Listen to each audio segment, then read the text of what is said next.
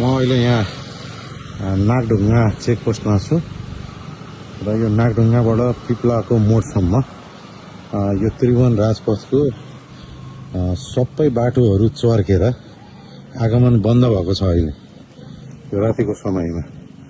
अब यहाँ टेम्पोररी पानी जान नदिनको लागि यसरी चाहिँ यो कङ्क्रिटको बन्डहरू राखेको छ। यो भेग जति जम्मै चर्केर उता झ्याप्ले खोला माथिको डाँडोसम्म सबै चर्केर बसेको हुँदा अहिले यो त्रिभुवन राजपथमा आगमन चाहिँ एकदम निषेध गरिएको छ।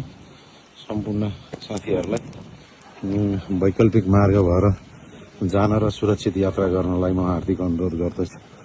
र धादिङपट्टिबाट आउँदाखेरि धार्के सीतापाइला बाटो र काठमाडौँबाट जाँदाखेरि विभिन्न सुरक्षित माध्यमहरू प्रयोग गर्न म सम्पूर्ण यात्रीहरूलाई यही फेसबुक माध्यमबाट जानकारी गराउन चाहन्छु। धन्यवाद। चाहिँ यो चर्केको एउटा सानो ज्वलन्त उदाहरण हो। लगभग 500-700 मिटर जति बाटो चर्केको छ उहाँ, हाइवे जति सबै होइन। बाटो चाहिँ यो हिँड्न सक्ने अवस्था चर्केर बसेको छ, धराप छ। अब भोलि पनि पानी पऱ्यो भने यो चाहिँ बाटै ओर्लिन्छ जस्तो छ। अहिले यो टेम्पोररी पन्डहरू बनाएर यहाँ राखेको छ भने अहिले यहाँ चाहिँ पुरै आवत जावत चाहिँ सबै बन्द गरेको छ है।